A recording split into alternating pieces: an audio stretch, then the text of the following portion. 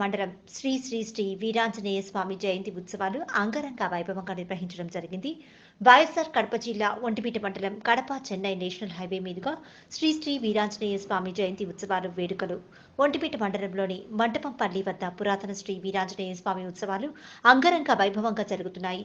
ఈ ఉత్సవాలను మే 31వ తేదీ నుండి జూన్ 2వ తేదీ వరకు విద్యుత్ దీపాలంకరణతో హరినామ సంకీర్తనలతో 1/6/2024 ఉదయం వినాయక పూజ, ఆకు పూజ ప్రారంభించి వచ్చిన భక్తాదులందరికీ స్వామివారి ప్రసాదాలు వితరణ చేసి మధ్యాహ్నం వచ్చిన భక్తులందరికీ అన్న సంతర్పణ ఏర్పాటు చేశారు. ఈ అన్న సంతర్పణలో వందలాది మంది భక్తులు, గ్రామస్తులు పాల్గొన్నారు. బ్రహ్మంగారి జీవిత చరిత్రను, నాటకాన్ని మరియు చెక్క భజనలను దాతలు, ఆలయ కమిటీ సభ్యులు, కార్యనిర్వాహకులు కార్యక్రమాలను దగ్గరుండి పర్యవేక్షిస్తూ ఏ ఒక్క భక్తులకు ఇబ్బంది కలగకుండా సమయస్ఫూర్తితో ఉండాలని తెలియజేస్తూ కార్యక్రమంలో విజయం చేస్తున్నారు.